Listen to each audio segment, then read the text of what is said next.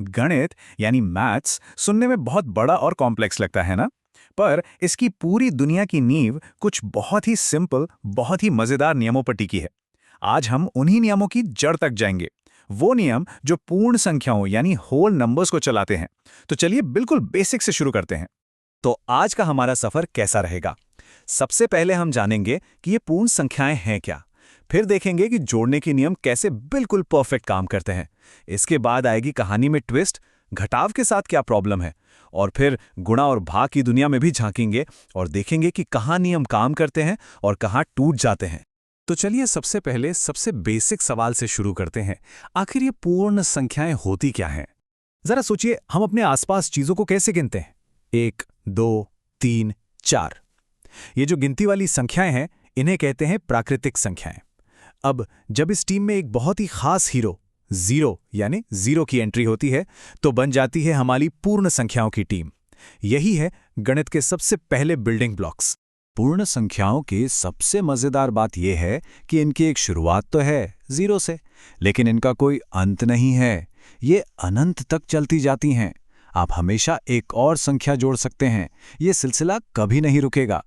तो सबसे छोटी पूर्ण संख्या तो जीरो है, पर सबसे बड़ी वो कोई नहीं बता सकता। ठीक है, तो अब हमें पता है कि पूर्ण संख्याएं क्या हैं। अब असली मजा तब आएगा जब हम उन्हें आपस में जोड़ना शुरू करेंगे। यहीं से गणित का असली जादू शुरू होता है। तो जोड़ने का पहला और सबसे जरूरी नियम है संवरक गुण, या जिसे अंग्रेजी में कहते हैं क्लोजर प्रॉपर्टी। नाम सुनने में थोड़ा टेक्निकल है, पर इसका मतलब बहुत ही सिंपल है। जब भी आप दो पूर्ण संख्याओं को जोड़ेंगे, तो जो जवाब आएगा वो भी हमेशा एक पूर्ण संख्या ही होगा। मतलब आप इस टीम से बाहर जा ही नहीं सकते।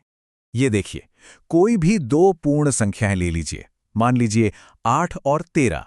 इनको जोड़ा तो मिला 21। ये भी एक पूर्ण संख्या है। या 153 और 269 को जोड़ें तो मिलेगा 422, फिर से एक पूर्ण संख्या। ये एक ऐसा नियम है जो कभी नहीं टूटता। अगला नियम है क्रम विनिमय नियम, यानी कॉम्यूटेटिव लॉ। और ये नियम हमारी जिंदगी को काफी आसान बना देता है। ये बस इतना कहता है कि आप संख्याओं को किसी भी क्रम में जोड़ सकते हैं। जवाब पर कोई फर्क नहीं पड़ेगा। मतलब a प्लस b हमेशा हमेशा b प्लस a के बराबर होगा।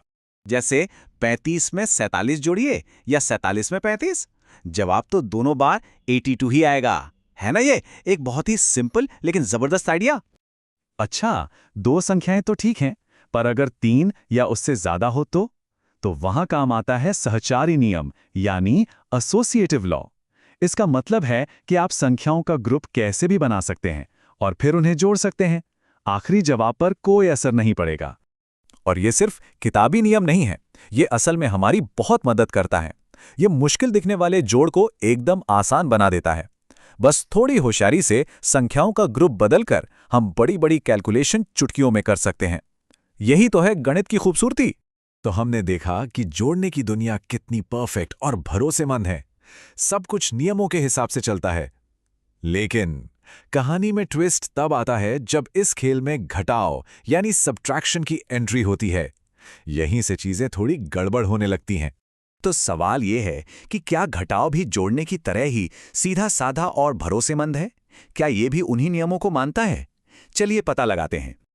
और इसका जवाब है बिल्कुल नहीं। यहीं हमें इस सिस्टम में पहली दरार दिखती है। याद है वो पहला नियम, संवरक गुण? घटाव में वो काम नहीं करता। जैसे अगर आप 15 में से 23 घटाते हैं तो जो जवाब आएगा वो एक पूर्ण संख्या नहीं है। मतलब आप अचानक पूर्ण संख्याओं की दुनिया से ही बाहर निकल गए। और बात यहीं खत्म नहीं होती। घटाव क्रम विनिमय नियम को भी नहीं मानता। 9 में से 4 घटाने पर 5 मिलता है, जो कि एक पूर्ण संख्या है। लेकिन 4 में से 9 घटाने पर क्या मिलेगा? इसका जवाब तो पूर्ण संख्याओं की दुनिया में है ही नहीं। मतलब क्रम बदला और सारा खेल ही बदल गया। तो घटाव ने तो हमें थोड़ी मुश्किल में डाल दिया। चलिए अब वापस एक ऐसे ऑपरेशन पर आते हैं जो बिल्कुल जोड़ने की तरह ही नियमों का पक्का है, और वो है गुणा। गुणा असल में है क्या? सोचकर देखें तो ये बस बार बार जोड़ने का एक शॉर्टकट है, एक फास्ट फॉरवर्ड तरीका है। 3 को 4 बार जोड़ने से अच्छा है कि हम सीधे 4 गुणा 3 कर दें। और अच्छी खबर यह है कि गुणा में भी जोड़ने वाली सारी सुपर पावर्स हैं।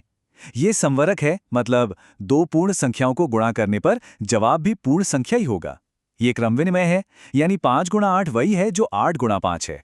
और हाँ, ये सहचारी भी है, जिससे मुश्किल गुणा भी आसान हो जाते हैं।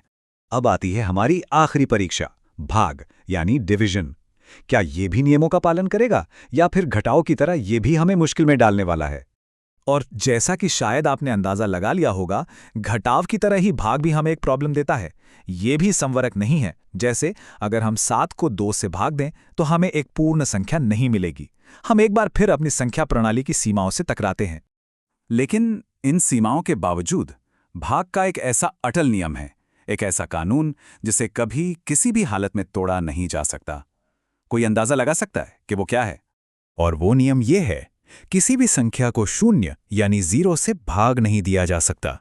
गणित की दुनिया में ऐसा करना पूरी तरह से मना है। इसका कोई मतलब ही नहीं निकलता। ये एक ऐसा सच है जिसे कभी नहीं भुलाया जा सकता। तो इस सब से हमने क्या सीखा? ये जो नियम है, ये सिर्फ रटने के लिए नहीं है। ये असल में हमें बताते हैं कि हमारा नंबर सिस्टम कैसे काम करता है। जोड़ और गुणा एक परफेक्ट, भरोसेमंद दुनिया बनाते हैं। वहीं घटाव और भाग हमें उस दुनिया की सीमाएं दिखाते हैं और हमें ये समझाते हैं कि हमें और नई तरह की संख्याओं की जरूरत क्यों पड़ी। और ये हमें एक बहुत ही दिलचस्प सवाल पर लाकर छोड़ता है।